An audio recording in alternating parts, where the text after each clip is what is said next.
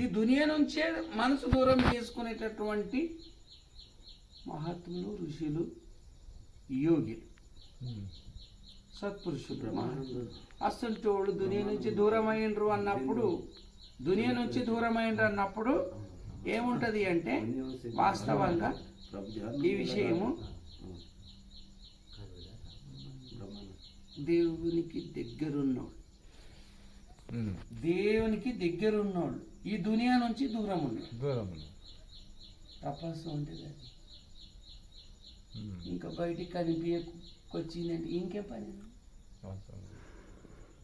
3 సంవత్సరాలు ఎన్ని సంవత్సరాలైనా ఉంటాయి. 3 సంవత్సరాలు కాదు, ఎన్ని సంవత్సరాలైనా ఉంటాయి. శక్తి బయట వచ్చే స్థూల శరీరం లోపల ఎక్కడ ఇలుసుకోదు అనమాట. శక్తిని స్థూల శరీరంలో వచ్చిన తర్వాత బయటికి ఎక్కడ వినామే శక్తి అనేది వేస్ట్ చేయాలన్నమాట. అంతే కదా. తపస్సు శక్తిలో కూర్చున్నప్పుడు ముగిసిన తర్వాత వాళ్ళు ఇచ్చాయి సూక్ష్మ రూపంను వదిలి స్థూల రూపంలో బయటికి వచ్చేయాలి అని సంకల్పించింది.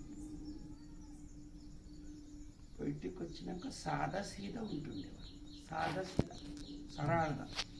ఒకసారి ఈ విధంగానే సరళగా వచ్చేసి కూర్చొని మాట్లాడుతుంటే తపస్సు ముగించుకొని వచ్చి బయట కూర్చుంటే మాట్లాడుతుంటే నోట్ నుంచి విభూతి రాలబట్టింది.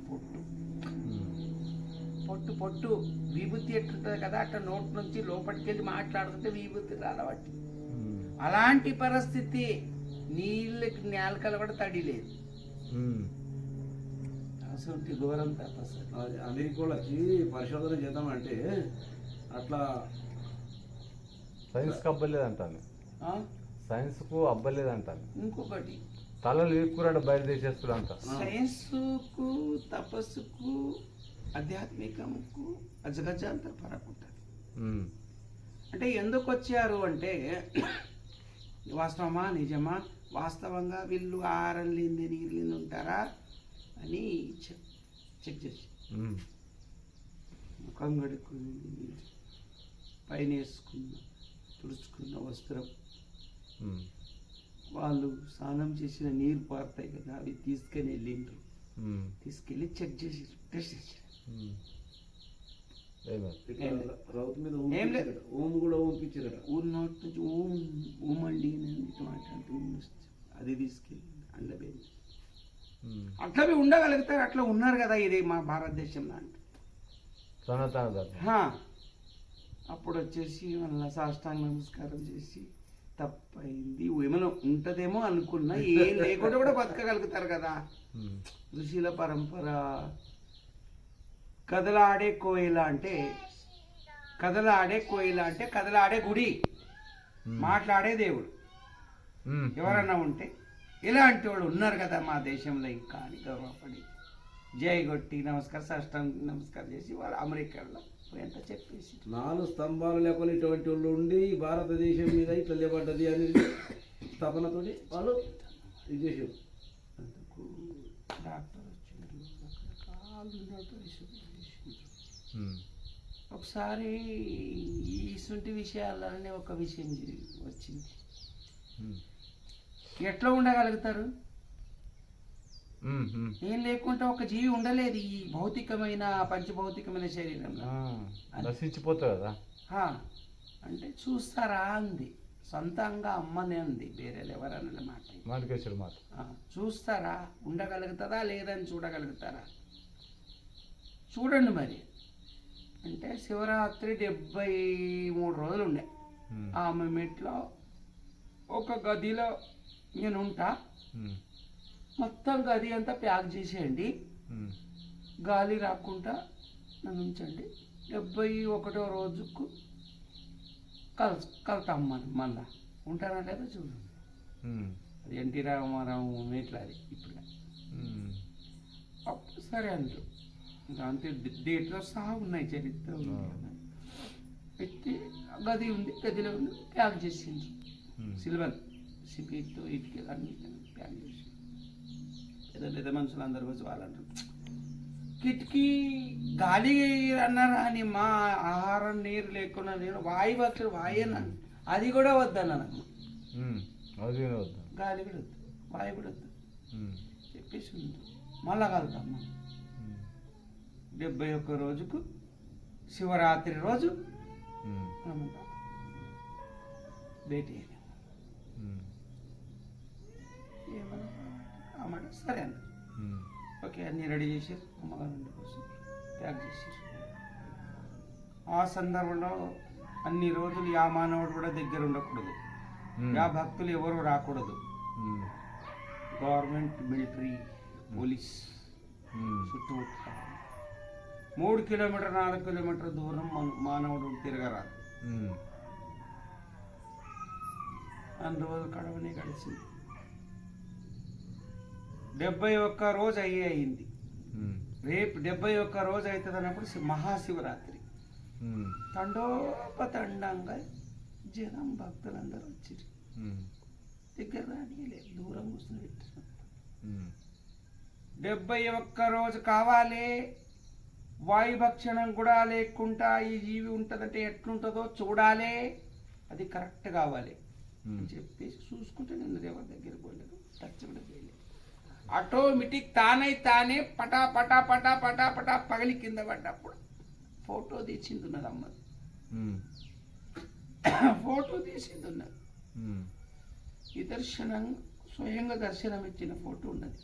ఎట్లున్నది, ఎట్లా కూర్చున్నది పోయేటప్పుడు అట్లనే ఉంది. ఆ రోజు కూర్చుని పెట్టేటప్పుడు ఎట్లుంది, బ్యాగ్ చేసేటప్పుడు మళ్ళీ అలాగనే ఉంది. ఆ మానవుడు పోయి అవి తీయలేవు, అవే పడిపోయినాయి. అర్థమైందా? అవే పడిపోయినాయి. పడిపోయినప్పుడు తీసిన ఫోటో ఉంది అది. అంటే ఇది ఏమిట్లో ఉన్నది ఈ మాట అంటే 600 సంవత్సరాల క్రితం మాట. బ్రహ్మంగారు భూత భవిష్యత్ కాలజ్ఞానంలో ముందుకు రాబోయే కాలంలో కర్ణాటక, తెలంగాణ రెండుటి గండి ప్రదేశం భాగమున ఎర్రటి గుట్ట ఉంటుంది, సిద్ధేశ్వర గుట్ట. ఆ ఒక్క భూమికి దశేంద్రియులు అంటే 10 ఇంద్రియాలకు అతీతంగా ఉన్నవాడు మారు రూపముతో మనుషులకు కనిపించి దర్శనమిచ్చేటటువంటి వాడు వచ్చేరు సుమ.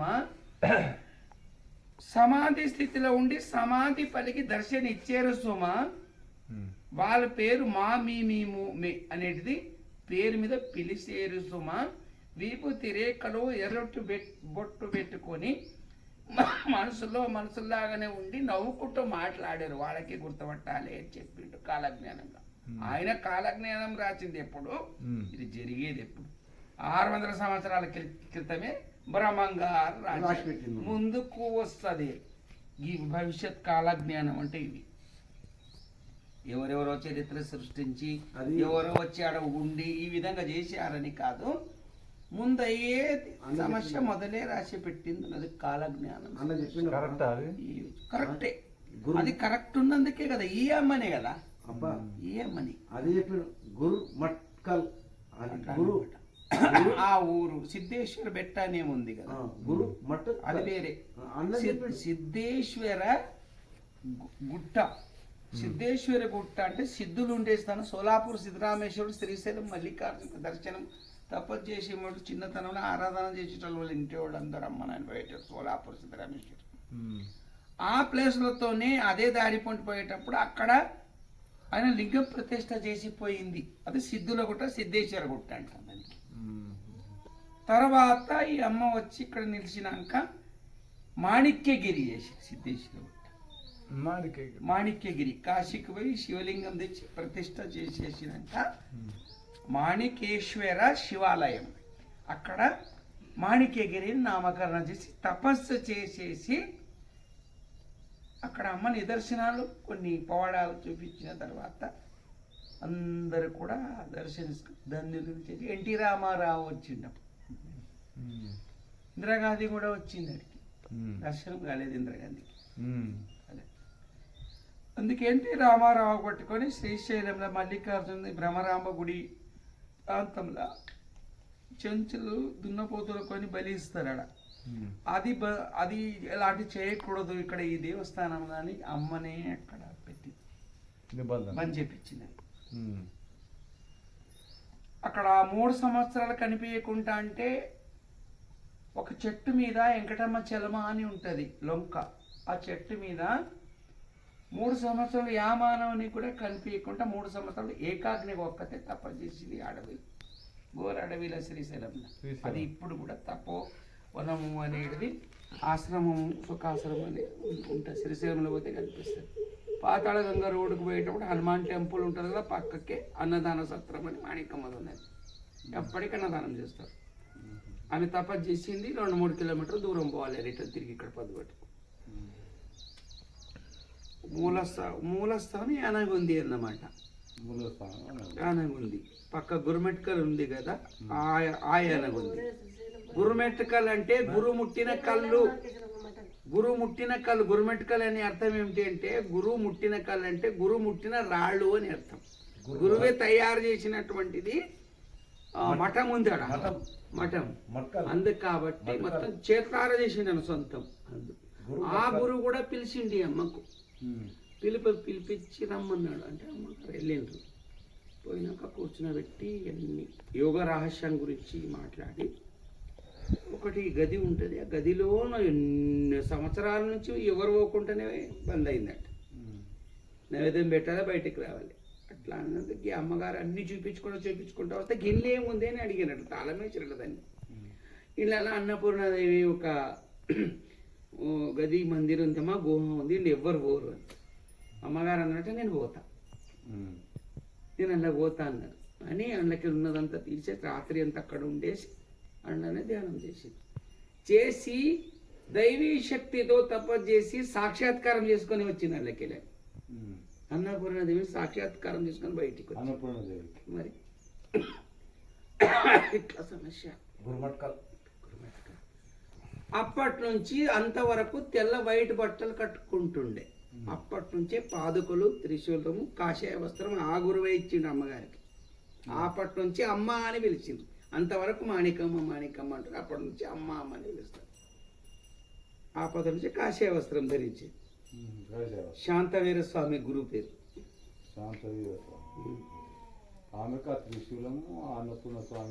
పాదుకాలు, కాషాయ వస్త్రం ఇచ్చి ఆశీర్వాదం వేసి